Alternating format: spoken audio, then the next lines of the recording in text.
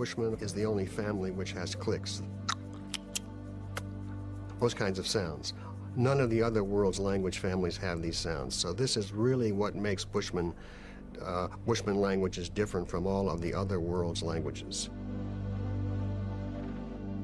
There's a reasonable hypothesis that these clicks are in fact ancestral sounds which have been lost in all of the other world's languages, probably lost just once in Africa. And then the group which lost these clicks left Africa and spread throughout the entire world. In every detectable archaeological respect, meaning the manufacture of art, the widespread use of materials like bone and ivory and shell, the burial of the dead with ceremony or with ritual. In every detectable archaeological respect, after 50,000 years ago, you see this burst of creativity. There's a big difference in behavior. The form is fixed and culture takes off. Then something happened. A small band left their African homeland on a journey into an unknown, hostile world. You are one of their children. Listen, I'll be honest with you. I've got a problem. I've spent nearly 10 years checking and double-checking the details of this journey until I have complete and total faith in our results. And the upshot? A story that's, well, frankly, it's impossible. If our ancestors made the journey I believe they did, they would have had to be superhumans. The speed, strength, and resilience required to conquer the world defies belief. And yet, there it is, written in our blood. But this doesn't tell me why they left. Were they driven out? Did they develop a newfound curiosity? I'm told the answer may lie 800 miles south of here, on the South African coast.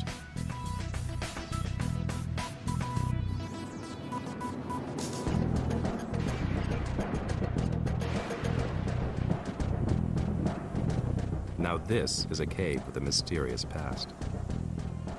Long before the quantum leap, this natural shelter was a home for humans. Then they suddenly vanished. Why? I asked Royden Yates, an archaeologist from the University of Cape Town, to describe them to me. That's the lower jaw. What's important is the presence of a chin.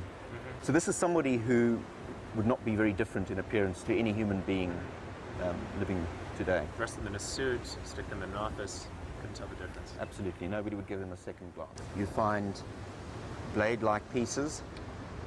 And these would have been chipped off a core. That's a right. central piece of stone. That's right. Chop up a bit on the edge. And then you find over here other pieces which have a natural point. Now, better developed examples such as this could be used as a tip to give you a block of quartz and a hammerstone. I challenge you to produce a flake formed like that. The dating that we have shows that Middle Stone Age people were not in this shelter after 50,000 years ago. Something clearly happened there then. Something clearly happened there. Mm-hmm.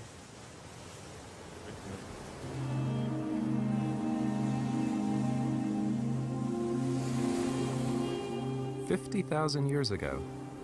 Sounds familiar, doesn't it? What was it that caused these people to suddenly vanish? Richard Klein thinks it's a miracle mankind survived at all.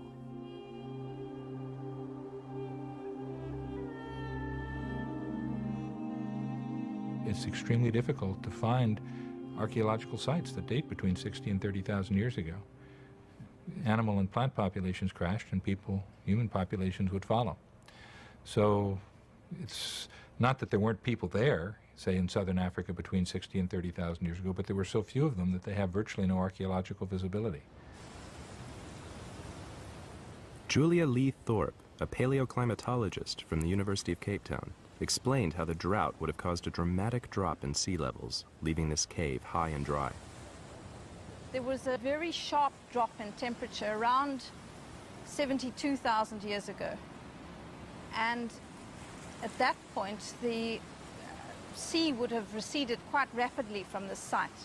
So the site would have changed to a different kind of place. What would these changes have been? Well, the sea was retreating and eventually retreated to about 40 kilometers away. So this place would have become an inland site. And the set of opportunities that you see around you today, with enormous amount of seafood, which was obviously eaten, would not have been available. It's not possible to carry seafood 40 kilometers. What sort of evidence do we have for these climatic changes? Well, we don't really have evidence for sites underwater, or at least not direct ones. But what we do have is a great deal of evidence from, for global climate changes over the long term. And we usually extract those from very long ice cores in, for instance, Antarctica, and also marine cores off the coast of southern Africa and all around the world. We can extract little creatures. These are called forams, which are really very tiny. They look like little grains of sand. But there's a great deal of information that's locked up in these little creatures. They're made out of calcium carbonate, and we can measure the oxygen and the carbon isotopes. And from that has been extracted a sea level curve for the last couple of 100,000 years. And that tells us a lot about what sea levels were doing and what the ice caps at the North Pole and the South Pole were doing. Between 70 and 50,000 years ago, those ice caps were expanding. We're talking about a worldwide catastrophe brought about by monumental changes in climate. The world was in the grip of an ice age. The polar ice sheets had expanded southwards, locking up much of the world's moisture as ice. Deserts in Africa grew, and sea levels everywhere dropped, leaving caves on the South African coast high and dry. Inland, lush pastureland turned to desert, and prey became extremely scarce. Hunters who once had easy pickings now found themselves desperately searching for food.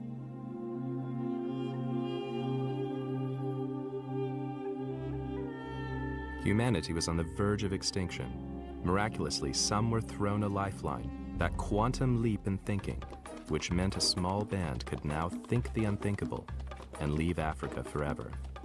Where did the next human remains outside of Africa turn up? The Middle East? Europe? India? No.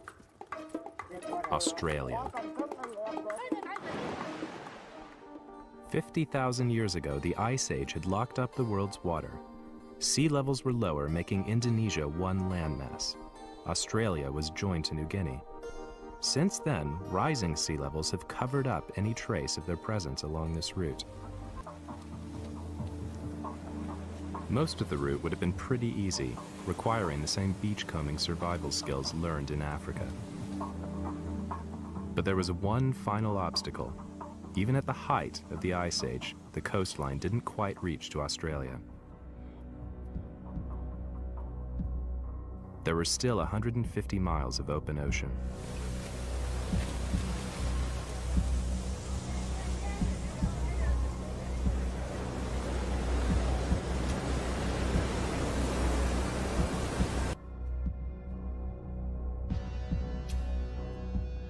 A pivotal moment in our history.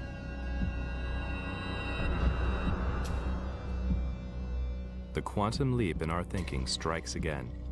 Modern man's ability to imagine a world beyond his horizons had taken him to the other side of the world.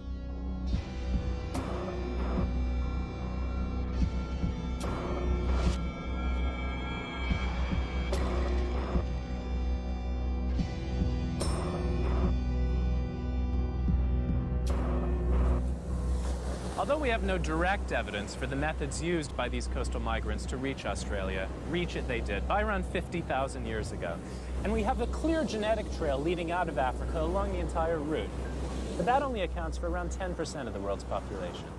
The other 90% took a different route, and that's where we're headed next. The descendants of this second wave of explorers would become Europeans, Asians, and Native Americans. This fridge contains blood samples from populations scattered across the globe. Chinese, Russian, Native American, European, Indian, they're all represented here, and they share one thing in common. It's a marker inherited from a single man. we've discovered that this group was the second to strike out from Africa, and they took a different route, to the Middle East. The Middle East, around 45,000 years ago, the bridge between Africa and the rest of the world. Makes sense. It's an obvious land route out of Africa, but why take it? The time when our ancestors left Africa was the middle of an ice age. Now, this doesn't mean there was a lot of ice in Africa. In fact, it was just a few degrees cooler in the tropics, and it was probably much more comfortable. It's not as if they're suffering from cold. What they're suffering from is drought. What this does is to push all the animals and their predators in the Sahara out into North Africa, out into the Middle East. And from here, they were poised to launch themselves on the rest of the world. So where next? The genetic markers show that one branch from the Middle East made its way swiftly into India. This small group, traveling down into India from the north, was so successful that their numbers quickly multiplied. They soon swamped nearly all traces of the previous coastal migration.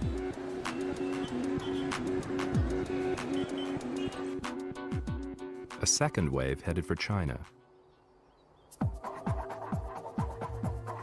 Here, bounded by sea and mountains, they remained in isolation, developing a distinctive appearance. They were also to become the largest nation on Earth.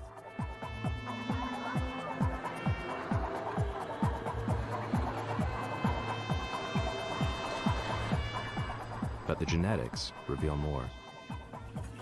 It appears that East Asia was settled by two waves of migration, one going to the north and one going to the south of these mountain ranges, a bit like an ancient genetic pincher movement, still visible in the blood of the people living there today.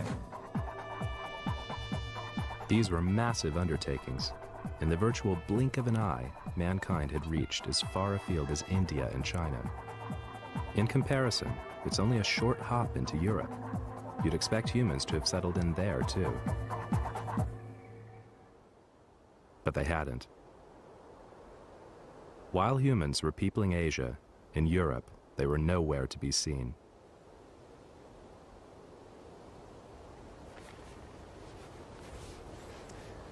I've always had a particular interest in this part of the world. The story gets a little more personal here, because although I'm American, my ancestors originally came from Northern Europe. But how far back can we trace that ancestry? And in particular, who were the first Europeans? The archaeology tells us that it took them nearly 10,000 years to get here from the Middle East. I've always wondered why.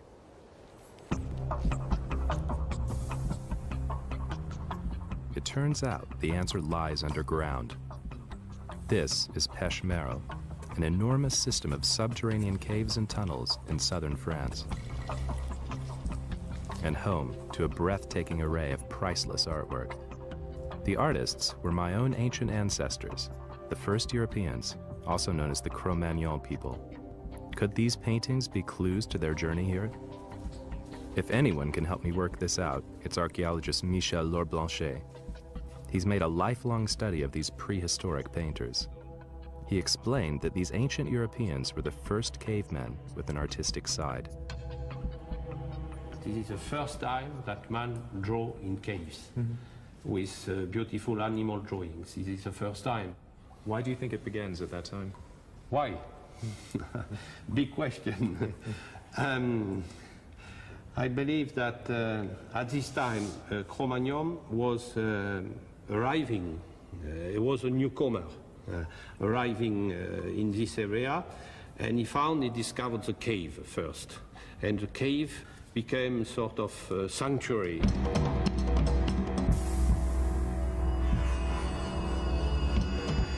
But if Europeans were newcomers, where had they come from? The paintings were like postcards from an ancient world, of a journey. Michel explained that these picture postcards described a journey all right, a journey through the Ice Age. Mammoths, bison, wild horses, ibex all roamed the frozen earth. But the Middle East wasn't frozen. Where had they been? Wherever they'd come from, they'd toughened up along the way. But I really couldn't believe what he showed me next. What's that? Bare scratches. You know, the bear were spending the winter in the cave, hibernating. You see, they had big clothes. Bears lived in here. These people must have been fearless. It was dangerous, yes, to visit the cave from time to time. I think these people were just so incredibly inventive in the same way that we are today, that they could manufacture what it took, make up houses, clothing, and things of this sort very quickly. Very quickly, it means in a geologic eye blink. I've seen the drawing on the ceiling. The man who traced those figures, what would his life have been like? He was a hunter. He was a... This guy had the strength, speed, and wit to hunt the giant mammoths in his paintings. Michel shows me how huge this guy would have to be to reach the ceiling.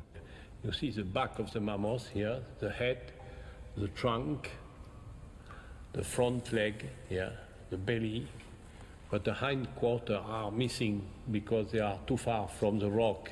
So he was perched on that rock and stretching. Yes. It's quite a distance. That's true. In fact, this man was a very tall man. He was more than 6 feet high, 6 feet tall. That's taller than the average French man today. Why? Richard Klein. Cro-Magnons arrived there with African body proportions, really adapted to much warmer conditions.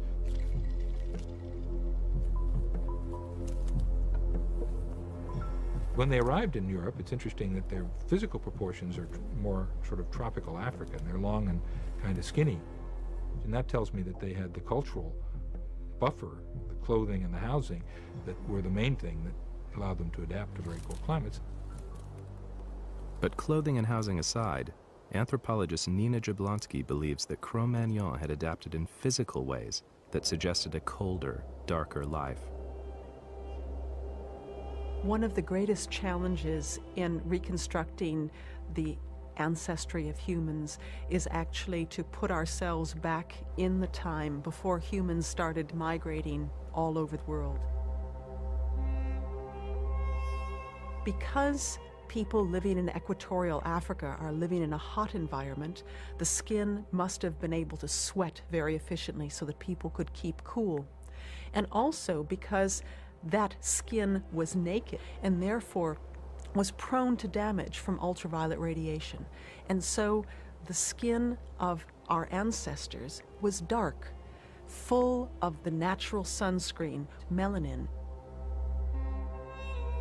Sunlight produces vitamin D, vital for healthy bones. At the time my ancestors first ventured into Europe around 35,000 years ago, their skin was already getting paler in order to absorb more light. Almost certainly the first people to go into Europe were quite lightly pigmented. This is because Europe, with latitudes in the 40s to low 50s, is, well, a region of fairly low ultraviolet radiation throughout the year. Populations living in Europe who were not coastal populations had to have fairly depigmented skin in order to allow enough ultraviolet B rays into their skin to synthesize the necessary amount of vitamin D that they needed. Coastal populations were very interesting because if they had access to fish, a very vitamin D-rich food source, then they could, in a sense, afford to be a bit darker than their hinterland brethren. But one of the things that we have to think about when we talk about the populating of Europe is that the people who went into, especially some of the northern areas, had certainly, well, they were wearing clothes. They weren't naked. They were covered with furs or some kind of simply sewn clothes. And so they had less of their skin actually exposed to the sun. So that's something we have to take into account too. When you wear clothes, you have less skin exposed, and the skin that is exposed has to do more work in synthesizing vitamin D. The Ice Age was to cut these first Europeans off, eliminating any contact with the rest of the world.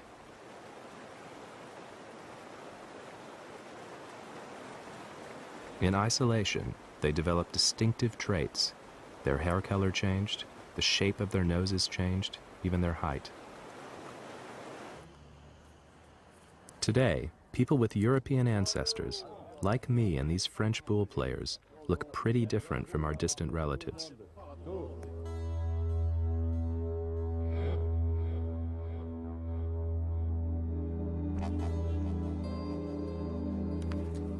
But why had it taken our ancestors so long to arrive here?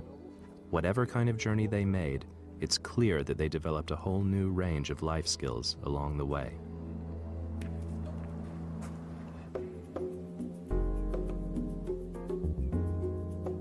So why did it take my ancestors 10,000 years to get to Europe from the Middle East? And why had they changed so much? The accepted theory was that they made their way around the Mediterranean and up through Turkey. Then, our research threw a wrench in the works. Until relatively recently, we had no reason to doubt that the first Europeans had followed a direct route out of the Middle East. And then, quite by chance, we uncovered evidence that they'd come from somewhere else entirely. Turns out, when they left the Middle East, my European ancestors went on a tough and grueling detour. I'm going to pick up their genetic trail in a faraway land that begins long after these rail tracks have run out.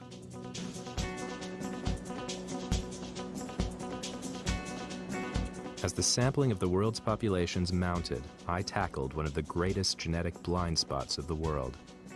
Since childhood, I've been fascinated by Kerala and conquerors like Genghis Khan. I traveled to the ex-Soviet republics of Central Asia, little-known parts of the world, to sample the blood of their descendants.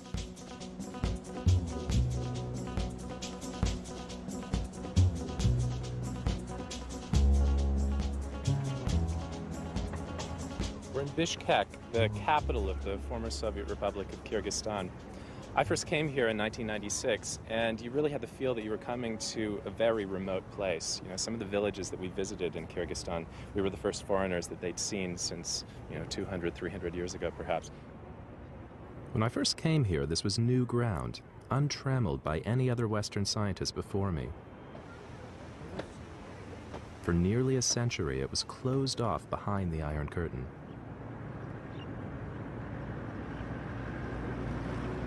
Even today, it's one of the most remote parts of the world.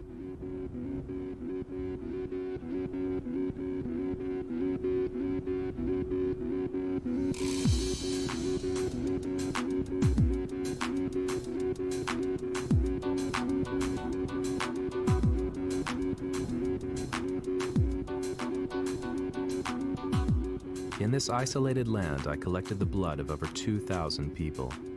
That was when we discovered that their blood held a remarkable secret, an ancient marker. I recognized it immediately. Nearly every man in Western Europe was carrying it, from Norway to Spain, Ireland to Austria. So my European ancestors hadn't taken the obvious route from Africa via the Middle East. Instead, they had passed through Central Asia 40,000 years ago. That was why they had taken so long to reach my homeland. But why would they do that? How did my ancient family from the Middle East wind up here, in this wilderness? William Calvin thinks that yet again the weather played a critical role. Worldwide, you're getting droughts, you're getting forest fires, but the next year you're getting a lot of grass and a lot of grazing animals. And that's opportunity for the humans that survived the crash. And for opportunity, read food. Honing their hunting skills and adapting to the colder temperatures, these African hunters followed the grasslands in America. The list seemed to be endless. We'd uncovered an astounding secret. If Africa was the cradle of mankind, then Central Asia was its nursery.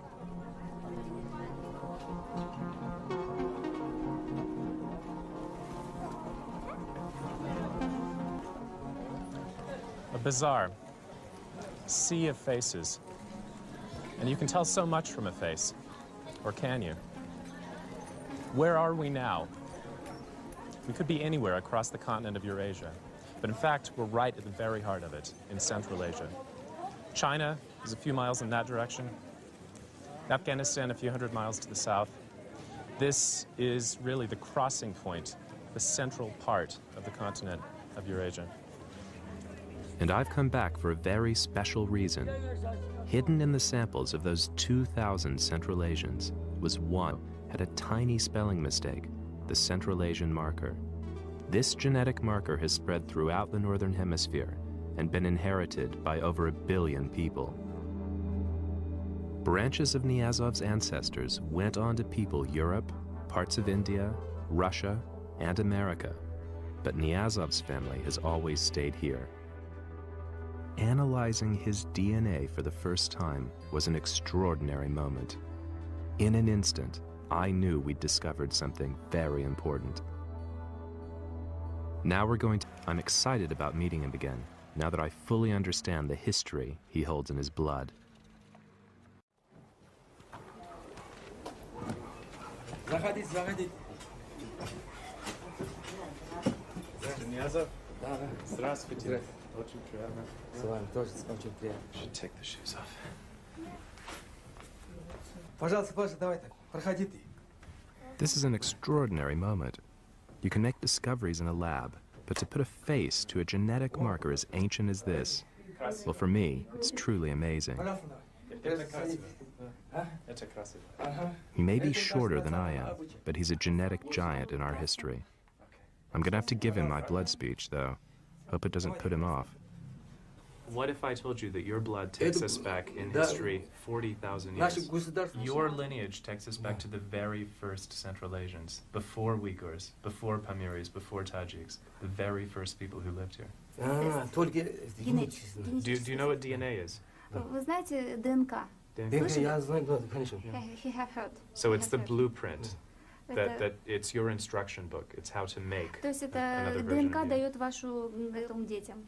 Now, the thing that we've been studying is known as the Y chromosome. And this is a small piece of DNA that doesn't really do very much except to make you male. So your Y chromosome you got from your father. Чтоб чистый. То есть вы Чистый. Да. Вот мой отец. Pure. This is a picture of his father. Вот отец. Вот который В центре, да? середине. А это дедушка. And a grandfather. Дедушка. That's great. Father and grandfather. That's fantastic. So that is a lineage, okay? Your Y chromosome came from him to him to you. Now, if we trace back even further, so we go from you to your father, to your grandfather, to his father, and so on and so on and so on, back through nearly 2,000 generations. If we do that, we reach a single man, one man. То есть, когда мы это делаем, то есть вы, допустим, один человек, берем как человека, Who was living in southern Central Asia. который живет в центре Средней Азии, то есть Евразии, в центре континента. Мы живем, да? Да, Средняя Азия. Сердце. Around 40,000 years ago. Now, this was a very important man because he is the ancestor of Europeans, Native Americans, and many, many Indians. So I can tell you with absolute certainty Я that могу вам точно сказать, с полной уверенностью. your Y chromosome and his Y chromosome and his Y chromosome, they've been here for 40,000 years. Спасибо. Thank you. Мой кровь из нас чистый. That means my blood is pure. So congratulations. Поздравляю. Very interesting blood. Я вам благодарен, что вы издалека пришли. I'm very thankful that you came from the far. Большое спасибо. Thank you very much. Well, thank you for meeting with Я us. так боялся, что они меня делают. Turned out the poor guy thought a doctor was coming to tell him he had cancer. No wonder he looks relieved. From America, all neighbors were surprised.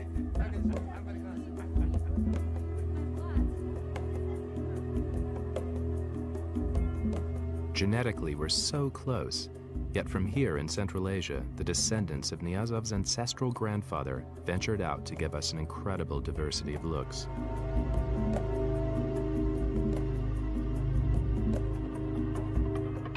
One group traveled west along the plains of Asia to become the first Europeans. But one branch of Niazov's family reached the Americas. Their children are the Native Americans, from the Inuit to the Incas. To get there, they had to embark on a journey into climatic extremes beyond anything endured before. Remember the Ice Age? Well, 20,000 years when they headed straight into its bitter heart. Some of them are still there.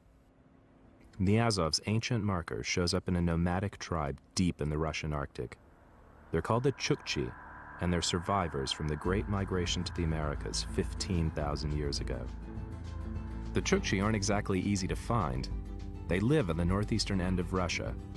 In order to get there, I've had to come to Moscow. It's the middle of winter, and this is the only place to get a flight that goes anywhere close. Finding this tribe isn't going to be easy, because they're nomads. I'm hoping the Chukchi can show me how those Central Asian hunters could survive a journey through the heart of an ice age. But this flight is only the start of my journey.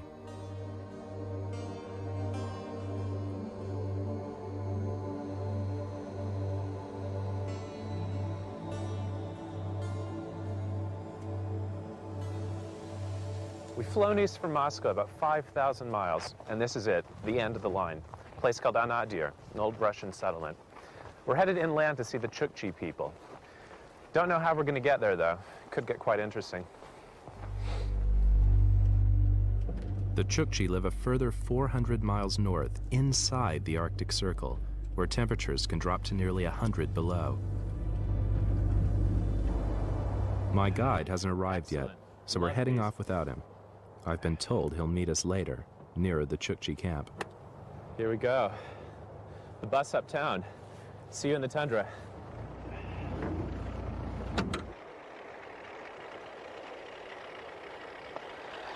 We're heading up into the tundra to meet the people who are the direct descendants of the people who populated the Americas 15,000 years ago at the height of an ice age.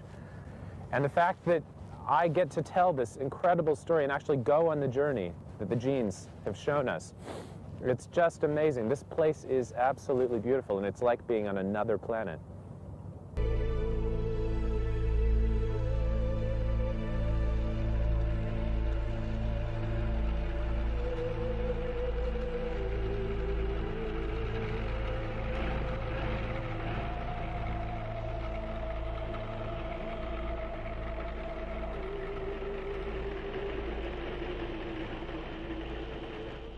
They look so pleased to see us.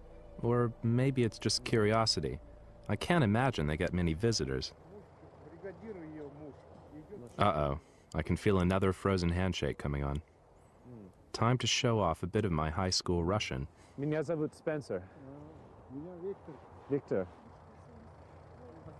They spend their lives in temperatures that are now paralyzing me.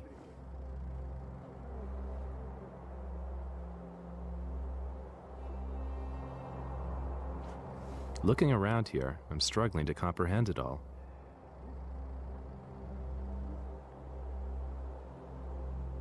We may be brothers under the skin, but they're obviously different. Somehow, they're better able to cope with the cold. And Nina Jablonski knows why. The Chukchis are a classic example of what has been referred to in human biology as Bergmann's and Allen's rules. That is, in a very cold climate, the surface area of the body will be reduced and the length of the appendages will be reduced. So the people tend to have shorter arms and legs, shorter fingers, and a shorter and rounder trunk to reduce the surface area through which heat can be lost. In that way, they're wonderful furnaces, as it were, for preserving their own body heat.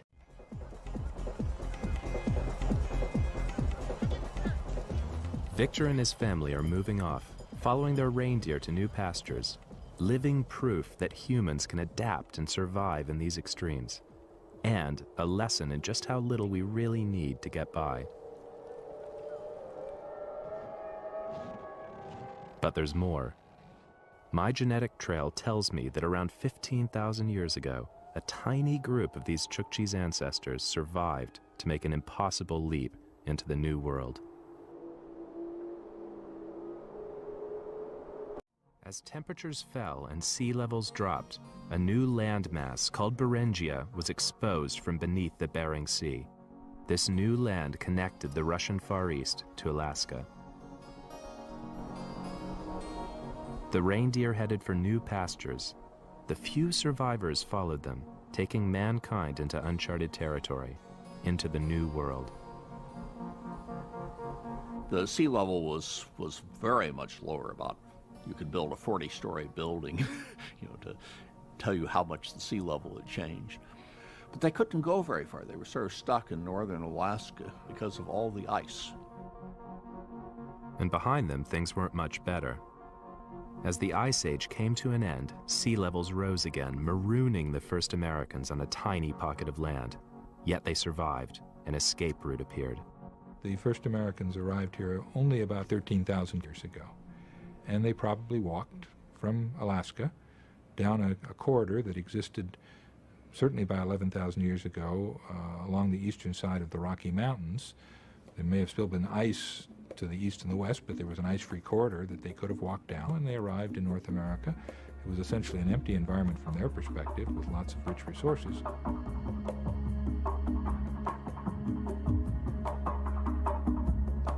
A journey that had begun in Africa, divided in Central Asia, had now reached the last continent. For thousands of years, they had endured the most extreme conditions on Earth, and now this branch of mankind had found a new home. Our ancestors were pretty tough people. They'd survived drought, famine, and an ice age in order to get this far. Yet our genetic results tell us that the first group to make it through to the Americas had been whittled down to as few as 10 or 20 individuals. Today, their descendants are carrying, written in their DNA, evidence of those hardships thousands of years ago. But when they did get through, what was their reward? A land of plenty. They'd never had it so good.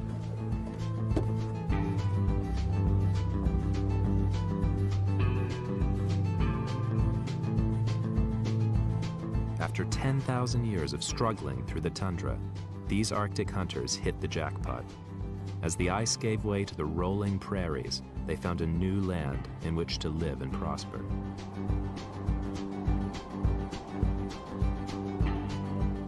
Their numbers swelled, and in only 800 years, they had peopled both North and South America. I'm off to meet an ancient tribe who traced their family line back to Siberia, to the ancestors of the Chukchi who made that first migration into the Americas. They're the Navajo, and they live here in Canyon de Chelly, Arizona. The Navajo Indians have been living in North America ever since their Chukchi ancestors first arrived. Canyon de Chelly is one of their most sacred sites. I wanted to tell them about the genetic trail that had led me to them. I also have my own sense of what that story might be using science. I'm a geneticist. And everybody around the world is very closely related to each other. We're all part of one big family. In fact, we're all related to people who lived in Africa as recently as 50,000 years ago. That's only about 2,000 generations. So you have distant relatives living all over the world who are essentially African. And you yourselves are essentially African. So am I. Can I show you some pictures of some of the people we've met? Yeah. These are people known as the San Bushmen who live in southern Africa. And they are some of the oldest people on the planet. Are these the people that have that clicking sound? Exactly. Yeah. Okay, exactly. Fascinating people.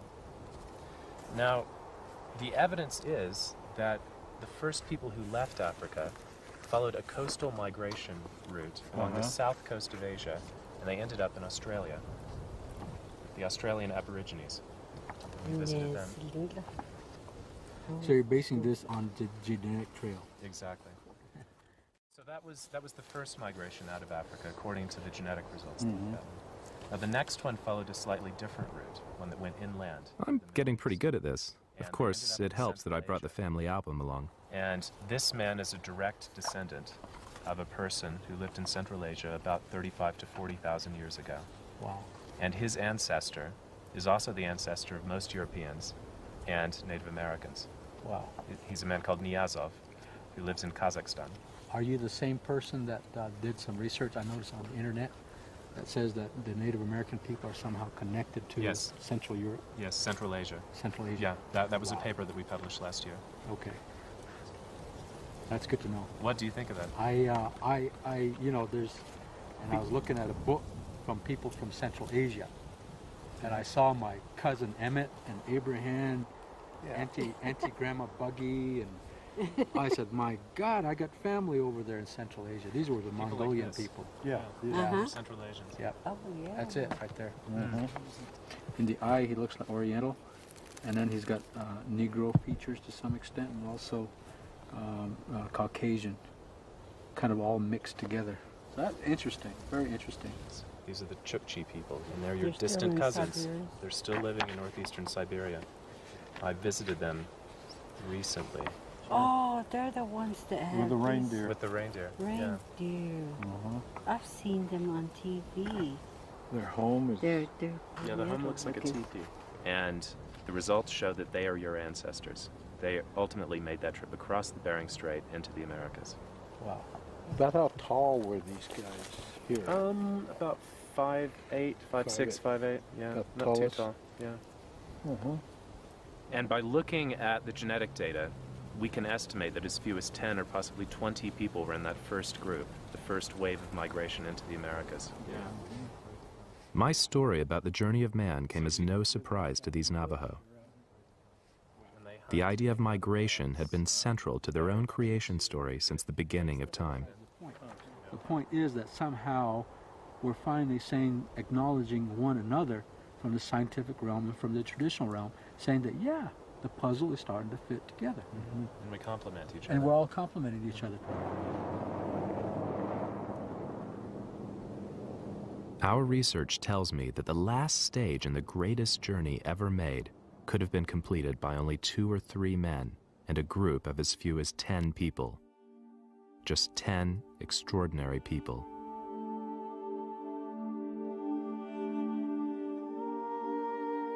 Once they got down there, they discovered that there were a lot of big grazing animals all over the place there too.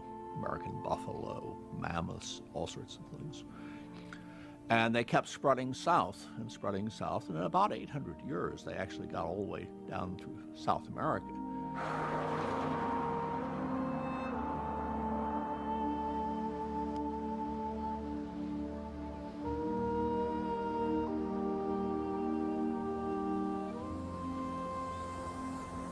It took our ancestors, those first humans, around 35,000 years to make the perilous journey from Africa to the New World. Today, nearly 500 generations later, their descendants can make the trip in less than a day, from anywhere in the world. And every year, for about 5 days, nearly 1 million people do precisely that. They come here to Rio de Janeiro for one of the most exuberant celebrations of life anywhere in the globe. That's why I've chosen to end my journey here.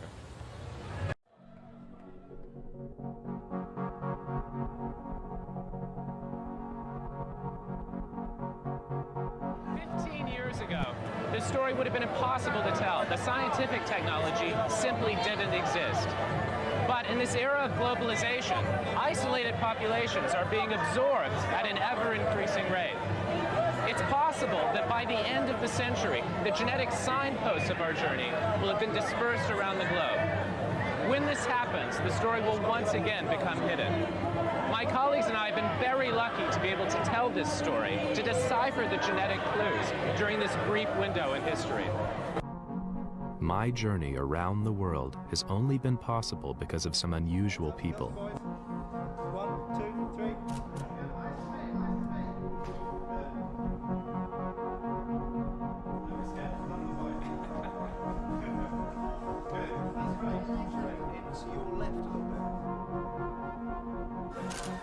I'm from Liberia. I'm African and Native American. I'm from New Zealand. My father is Welsh and my mother is Greek-English. I'm from Denmark. My father's Danish and my mum is Thai. I'm from the Caribbean. My father's African and Spanish. My mother's Irish-German. I'm Slovakian. That's it. Ignore whatever I say. That's lovely. Don't do it. It will be the one they choose.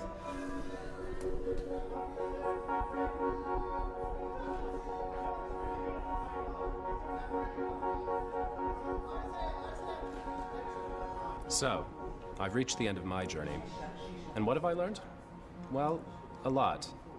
I've been humbled by the courage and resilience shown by our ancestors. And I've witnessed firsthand the powerful combination of intelligence and the human spirit. And reassuringly, I've proven to myself that all those years in the lab weren't wasted. The story carried in our blood really is true.